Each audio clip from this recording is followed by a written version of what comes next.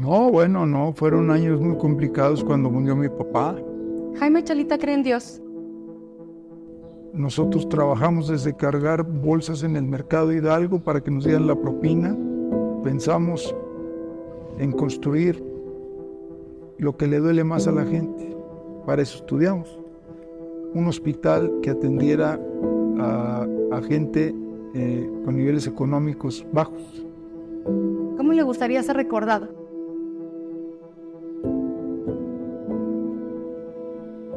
Hola, ¿qué tal? Los saludo con mucho gusto, soy Brenda Banda. Esta es la entrevista a través de Noticiero San Luis Potosí. Lo invitamos para que se quede con nosotros, por supuesto, y saludamos con mucho gusto a nuestros amigos que nos ven a través de los distintos municipios en el canal 3 de cable y, por supuesto, en todas las redes sociales. Síganos como Noticiero San Luis Potosí. Ya sabe que en estas charlas íntimas damos a conocer, más allá de lo que hay acerca de estos cargos o aspiraciones a cargos públicos. Así que el día de hoy presentamos al doctor Jaime Chalita Sarur, candidato al Senado por la coalición PRI-PAN-PRD, que está aquí con nosotros. Doctor, ¿cómo está?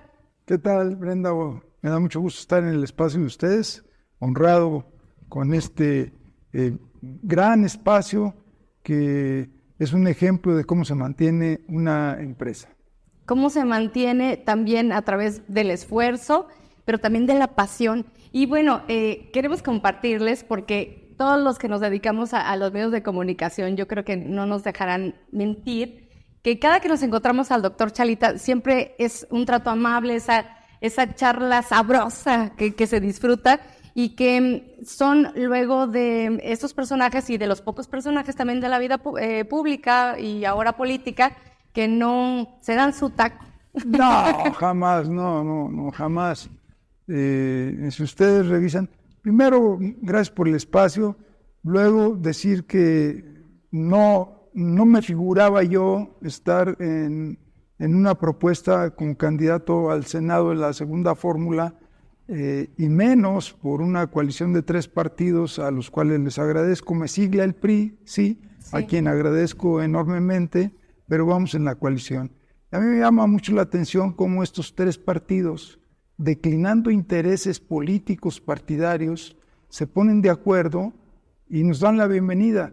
Y eso es en función de una visión muy incluyente, muy plural de esta república que nos da de todo. El día que tuve la oportunidad de ir a registrarme, lo dije como lo siento, lo sigo sintiendo. Soy un ciudadano común y corriente que viene a registrarse con el anhelo de abonar algo a nuestra patria. Sí.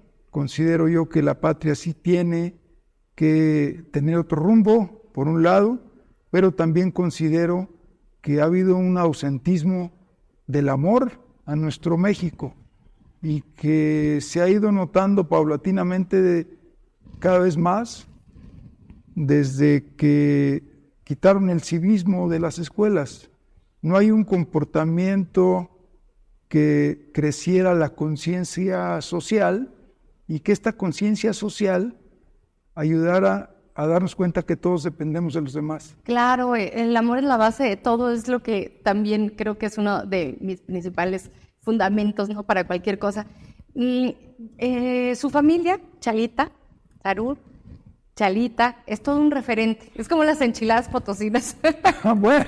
De verdad que todo mundo, si no los conoce, digamos que de vista, pero sabe perfectamente de los negocios que han tenido, los que tienen actualmente, y pues también muchos empleos que se han generado al respecto. Pero vámonos años más atrás. Me gustaría saber acerca de cómo era usted de niño. ¿Era inquieto? Nosotros somos primera generación de libaneses aquí en México. Sí. Y como extranjeros, en la primaria, en la secundaria, pues no hubo un trato agradable. ¿No? No, nos trataban como extranjeros, digo, habiendo nacido en México.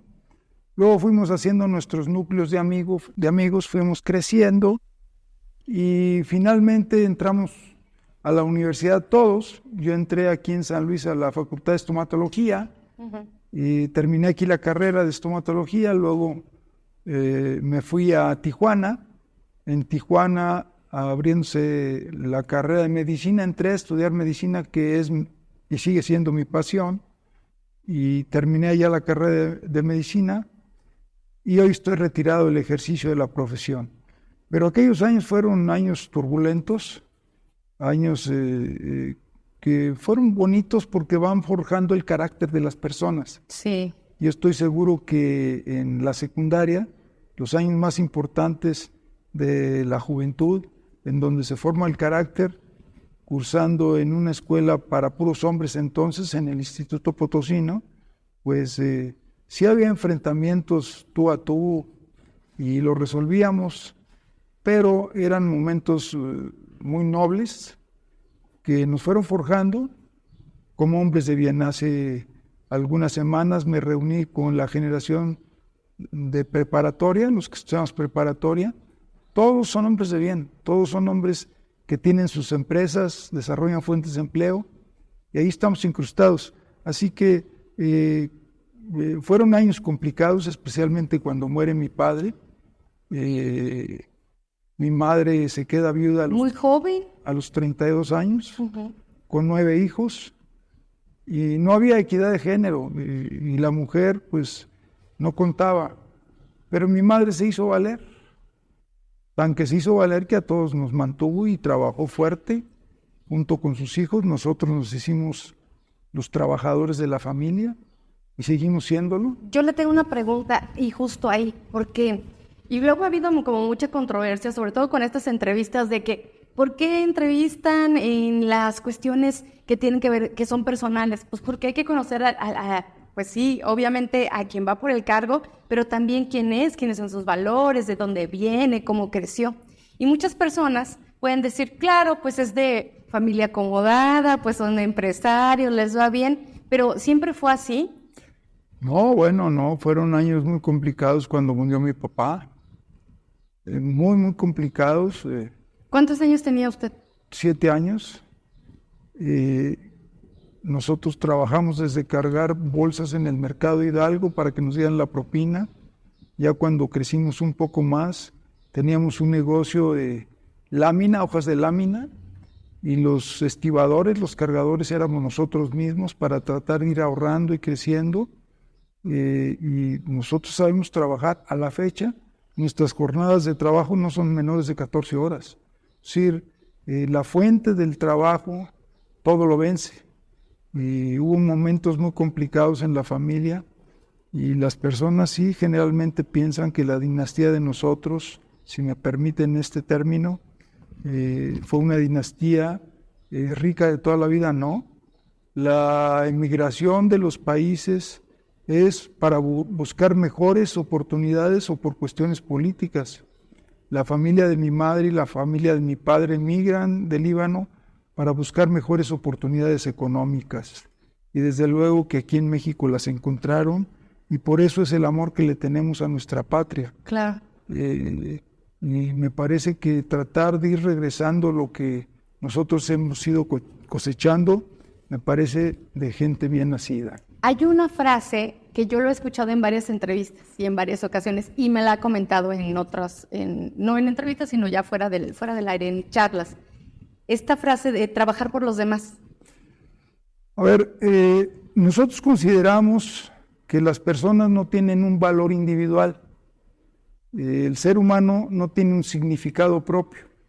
Para tener un significado tiene que estar en relación de lo que uno le sirve a los demás. Trabajar por los demás pareciera muy romántico, pero trabajar por los demás es tangible, se siente, se palpa. Y es que el hacerlo le da a uno la oportunidad de la retribución. El reconocimiento es algo que tendría que estar en las demás personas y no en uno mismo sintiéndose exitoso. El éxito es muy fútil, muy fugaz, y tendría que estar en relación al servicio que uno le da a los demás. Y relativo, porque a veces para alguien el éxito es, o sea, a lo mejor tener un hogar con su casa, sus hijos, a lo mejor un empleo. Cuando tenemos la oportunidad de vivir algunos años nos damos cuenta que el ser humano está condenado a morir desde que nace y que cuando uno se muere no se lleva uno nada de esta tierra, Nada. de este plano de existencia, nada.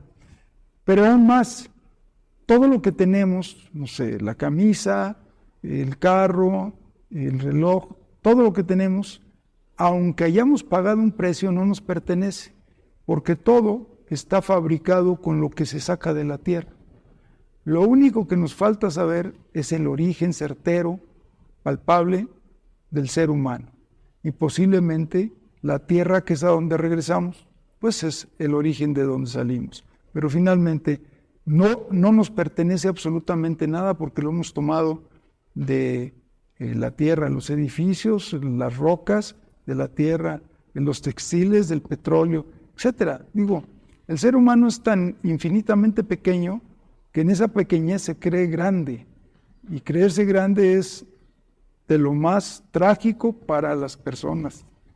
Creo que parte de lo que uno opina y habla son los principios, los fundamentos, los valores que nos dan, obviamente, las personas que nos criaron, papá, mamá. Sé que tuvo la oportunidad de convivir con su papá solamente 7 añitos, pero ¿cómo lo recuerda? ¿Tiene buenos recuerdos, no tantos? ¿Cómo fueron? Muy valiente mi jefe. Mi papá era un hombre muy chambeador. Nos dio un nivel de vida muy alto. Solo es que cuando fallece, pues en aquel entonces las mujeres, perdón que lo diga así, pero contaban poco. Y hay que recordar que cuando existía una viuda, se aprovechaban muchos de ella. Claro.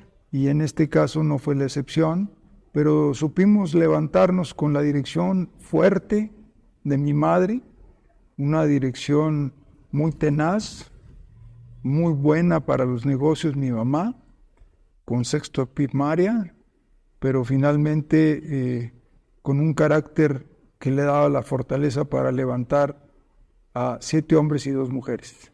En su mayoría hombres que también hicieron pues fuerte a la mano, también en un sentido de pues entrarle al quite, decir pues ahora no estaba mi papá, pero pues también nosotros podemos trabajar.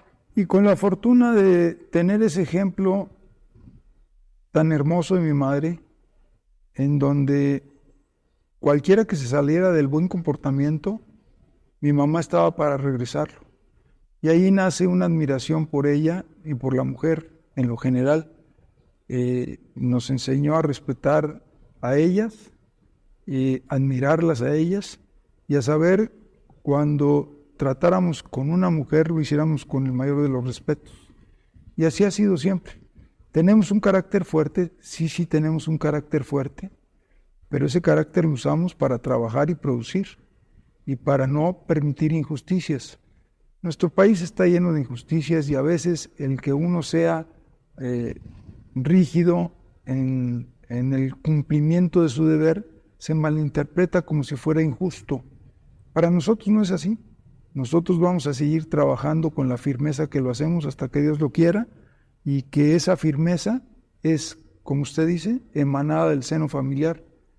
Una familia que hoy por hoy produce, pero que la familia en lo general en este país está quebrantada. Dijo, mi papá, mi jefe, como usted le dijo ahorita, bien chambeador. ¿Cómo podría describir a su mamá? Pues el triple de chambeadora, porque no solamente se metió al negocio que dejó mi papá, nunca nos dejó de alimentar, en la mañana, al mediodía y en la noche, siempre teníamos nuestros uniformes, era una mujer incansable. Mi madre se va a los 93 años indicándonos lo que teníamos que hacer, 6 horas antes de fallecer. Y todavía dando instrucciones. Como lo hizo toda la vida y nosotros obedeciendo. Así era la devoción que sentíamos por una gran mujer que supo llevar una familia de bien, diría yo, pero bueno, no quisiera calificarnos unilateralmente, pero finalmente nosotros no tenemos deudas con nadie, no tenemos problemas legales con nadie. Sé que hay detractores, los respeto, los quiero, por cierto, anónimos, que eso rayaría en un calificativo de cobardía, pero finalmente así pasa, y me revelo a pensar que lo normalizan cuando hablan de política. Así es la política. Yo diría que así la hacen algunas personas, y en la cobardía insultan, y es que cuando se terminan los elementos de raciocinio y nacen los descalificativos, pues esa persona se acerca a la barbarie, y la barbarie no nos sirve a nadie. Nos serviría si estuviéramos en un país sin ley, que estamos muy cerca de ello. Nos serviría si estamos en un país de nómadas, también estamos cerca de ello. Pero ojalá y no lleguemos a esta situación tan perniciosa como sucede en algunos países del sur de México, por ejemplo, como sucede en algunos otros muy pobres y que matan por hambre. Yo creo que México tendría que estar cambiando de dirección en muchos aspectos. ¿Qué es lo primero que piensa si pudiera tener esta oportunidad? Si llegara al Senado, ¿qué sería lo primero que cambiaría? A ver, una persona no puede cambiar nada solo, pero ¿qué me gustaría que fuera México?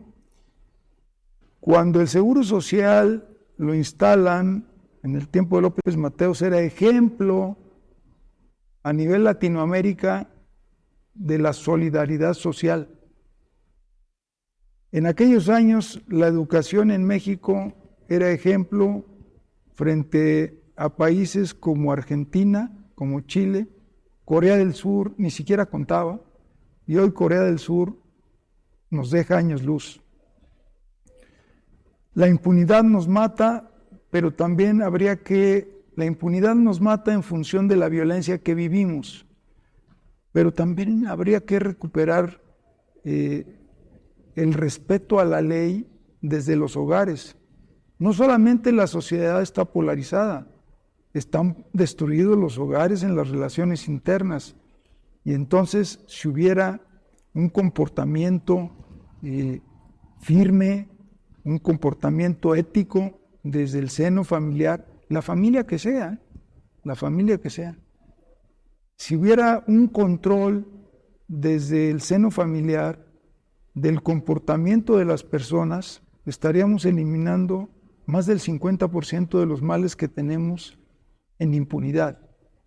Pero finalmente, como que estamos educados en una costumbre perniciosa de querer que se aplique la ley en los demás y no respetarla a nosotros mismos. Sí. El día que nosotros tengamos la conciencia social que al salir de la puerta de nuestra casa el espacio es compartido, nos vamos a convertir en gente educada, que vamos a dejar pasar al carro que saca su direccional para cambiarse de carril.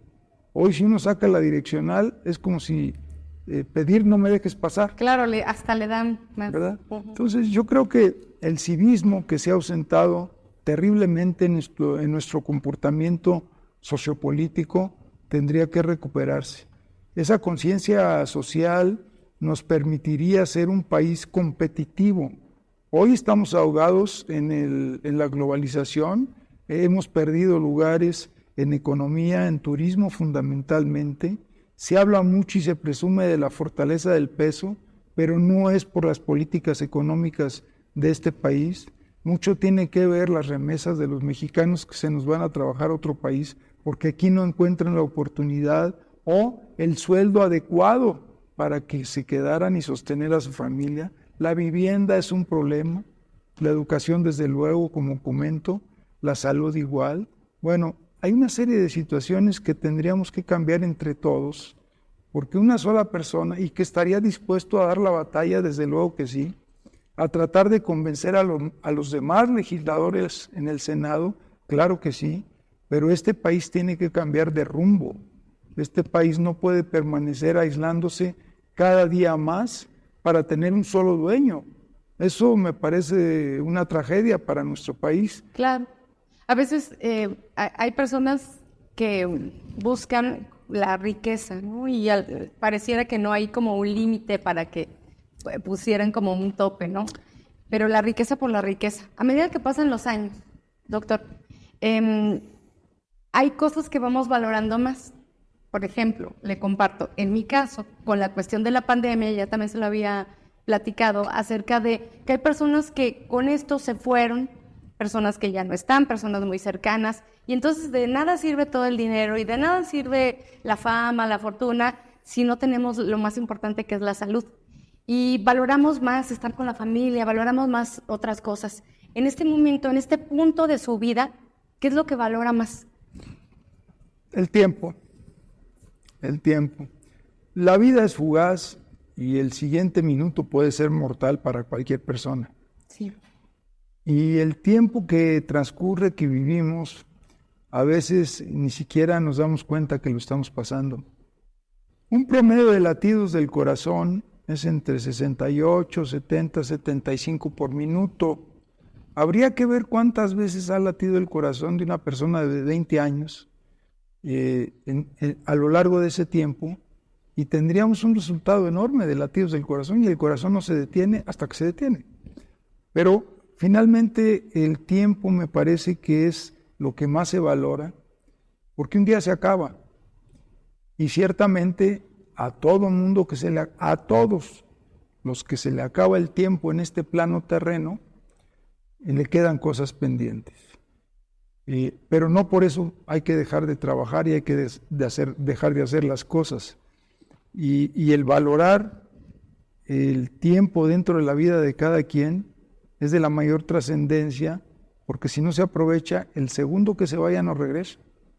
Ya no regresa nunca más. Hace tiempo, justo, hablamos acerca de esta importancia de mantenerse unidos. Luego ahí las familias se andan pidiendo disculpas ya hasta que está enfermo alguien, y pueden durar muchos años así, enemistados. En el caso de sus hermanos y que todos estuvieron trabajando en su totalidad y que ya no todos están, ¿cómo fue esta relación con todos y cómo es ahora la familia, Chalita? Ha sido siempre igual. Nosotros siempre hemos trabajado juntos. Nos podemos enojar por cualquier cosa. ¿Como todos los hermanos? Menos por dinero. Jamás por dinero. Y nos quitamos la camisa para dársela al hermano. Así nos enseñó mi padre, así nos enseñó mi madre. Y que esta familia sigue trabajando juntos. Estamos juntos. Hoy nos faltan ya algunos, 3, una hermana y 2 hermanos. Pero seguimos con la misma fortaleza hasta que Dios nos permita. Y el trabajo enaltece y seguimos haciéndolo. Algo que tendría que cambiar en la apreciación de las personas es el odio. Generalmente somos dados a odiar a las personas que progresan a través del trabajo. Eso no nos hace bien a nadie. Le hace más daño a la gente que odia que a los que odian, porque se amargan, porque no ven la vida con la brillantez que deberían verla, y entonces las oportunidades y tomarlas, y que eso les ayudaría mucho a salir adelante. Hoy hay tantas desgracias en el mundo que dice uno, caray, el mundo está enloqueciendo. Había una película cuando yo tendría alrededor de 14 años, que se llamaba o se llama Paren el mundo que me quiero bajar. Y cada día que veo las noticias me acuerdo de esa película, Paren el mundo que me quiero bajar. Todo el mundo estaba enloqueciendo. Esta sociedad mundial tiene que encontrar otras formas de ser gobernados. La forma en que nos han gobernado está agotada. Eso me responsabilizo de ello. Y lo fundamento en lo siguiente. La población mundial es alrededor de 8,000 millones de personas, mujeres y hombres, más o menos equidistantes. Pero esos 8,000 millones están gobernados por menos del 1% de la población mundial. Ese menos del 1% tiene todo de todo. Y la otra población, pues no sé, algún porcentaje entre el 15, quizás lejos el 20%, tendrá mucha riqueza material. En la otra parte hay carencias de todas. Esas carencias, para algunos, por ser benévolo y decir algún número, para algunos 6,000 millones de personas son precarias, y esa precariedad ya no se soporta frente a la falta de repartición de la riqueza verdadera de los países, sino que la riqueza se queda en algunos cuantos.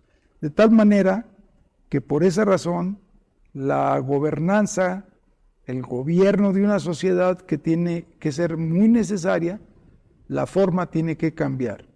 Una sociedad sin gobierno es una sociedad que reina el más fuerte, que no sería justo. Pero un gobierno sin sociedad no tiene ninguna razón de existir. Ese binomio tiene que empezar, ese binomio que es dinámico porque cambia todos los días, tiene que empezar a modernizarse. Y las formas de gobierno entre quienes gobiernan y son gobernados absolutamente tienen que ser redescubiertas en razón del beneficio de las nuevas generaciones. ¿Cómo le gustaría ser recordado? Ya cuando nadie de nosotros estemos aquí hablando del tiempo. Pues realmente no lo sé. Si yo dijera, me gustaría ser recordado como tal o cual persona, estaría refiriéndome por un lado al egoísmo, pero por el otro lado, pues la opinión de los demás es de los demás, no es la mía. ¿Cómo quisiera ser recordado? Como las personas quieran, como ellas quieran. Mi obligación para con esta sociedad que me regala su bendición todos los días es hacer lo mejor que uno pueda hacer en su vida. Que me recuerden como ellos quieran. Jaime Chalita cree en Dios. Por supuesto que creo en Dios y con una fe muy razonada. El origen, lo platicaba hace rato, el cuerpo humano es una belleza de arquitectura entre circulantes de sangre, líquidos, entre respiración, entre filtración de la sangre por el hígado, por los riñones, y que unas funciones obedecen a ciertos estímulos hormonales, y que la función cerebral es una belleza. Esa arquitectura del ser humano, de la mujer y del hombre, y ahorita hablo de la mujer, esa arquitectura no ha podido ser replicada por nadie. Con todos los avances de la ciencia y la tecnología, no ha podido ser replicada por nadie. Cuando uno comprende la belleza del ser humano por dentro y por fuera, y que uno no sabe quién nos hizo, entonces tendríamos que agachar la cabeza y decir gracias Dios. Ahora, hablando de la mujer, y este es otro misterio, la mujer tiene el monopolio de la creación, de la permanencia del ser humano en la tierra, porque tampoco con los mayores avances tecnológicos se puede concebir fuera de la matriz, pero no progresa la criatura. Es decir, ninguna criatura de las que vivimos en este planeta estamos concebidos fuera de una matriz de una mujer. Así que ellas tienen el monopolio de la permanencia del ser humano en la tierra. Por esa razón y muchas otras, sí creo en Dios. Bueno, tal vez ahora le hice la pregunta de cómo le gustaría ser recordado. Ahora, alguna pregunta un tanto relacionada, pero ¿qué granito de arena le gustaría poner a esta sociedad potosina y al mundo? La vida tiene sus misterios. Hace 28 años, después de estar casi 20 años en Estados Unidos, en Tijuana y en Estados Unidos, regresé con un proyecto de abrir una pequeña clínica. Mi hermano, que en paz descanse, Jalil Chalita, y todos los hermanos, hermanas, pensamos en construir lo que le duele más a la gente. Para eso estudiamos. Un hospital que atendiera a gente con niveles económicos bajos. Y entonces empezamos a trabajar con ellos, con la sociedad, y esa aportación es la que nosotros hemos querido hacer a la sociedad en la que nos permiten vivir. Y de paso, esta no es mi ciudad, sino nuestra ciudad, y eso también habría que cambiarlo. La semántica de la propiedad de mi ciudad por nuestra ciudad, la semántica de nuestros negocios, no mi negocio. El partido al que pertenezco, que no pertenezco a ninguno, me han abierto la puerta en el PRI, lo cual agradezco a través de esta alianza, pero los afiliados a los partidos políticos siempre dicen mi partido. No, es el partido al que pertenecen. Y cosas como esa nos van dando una conciencia creciente de la sociedad en la que vivimos, es decir, una conciencia social de interdependencia de los demás. Yo pudiera ser el mejor médico, pero si no tengo a quien curar, pues de nada sirvo. Al principio de la plática habíamos comentado que el ser humano no tiene un significado propio. Nadie tiene un significado propio si no es en función de los demás. Y es justo la frase de trabajar para los demás, ¿no? Y que tiene mucha relación a esta filosofía empresarial con la que se ha mantenido todo este tiempo. Ya para concluir esta entrevista, bueno, también agradecerle porque siempre sus pláticas son muy profundas. Y eso se le agradezco mucho porque siempre, yo creo que a todo el mundo dejan con una reflexión. Pero hablando acerca, y bueno, les comentamos a las personas que nos están viendo, hablando acerca de por qué conocer a profundidad a estos personajes de la vida pública, política, de San Luis Potosí en este caso, pues es precisamente para darnos cuenta de cómo son sus valores y cómo nos van a representar en un futuro. Algo que le quiera decir directamente a las personas, si pudiera tener ese contacto con las personas que están pues pasando por momentos complicados, con las personas que a lo mejor la cuestión de dinero ahorita no es la favorable, o personas que sí tienen dinero pero tienen pues carencia de otras cosas como la espiritualidad. Doctor. Hablando del terreno material, la nueva forma del capital es el capital solidario, el capital compartido. Y eso es en lo que estamos. Tenemos que compartir con la gente que sufre. Pero también las familias luego son muy dadas a gastarse lo que no tienen para que cuando lo necesiten no lo tengan. Entonces sí hay que ser un poquito más previsorios. Si algo quisiera dejarle a las personas, serían 2 peticiones. Número 1, respetar la ley a través de la formación familiar. Número 2, quizás empatado con el número 1, respetar, amar y querer al hogar común que es la patria. Le agradezco mucho esta entrevista, siempre es un placer charlar con usted y pues bueno, seguramente vamos a tener más información, ya sabe que aquí es su casa. Agradecido con el espacio que me honra y que siga el éxito como ha seguido en esta empresa que me consta a través del trabajo profundo, sostenido, con firmeza, van creciendo. Muchísimas gracias. Gracias a todos ustedes por el favor de su atención. Recuerden que vamos a tener muchas más charlas, no se los puede perder. Está en Noticiero San Luis Potosí. Esta es la entrevista con. Soy Brenda Banda. Que pase muy buenas noches.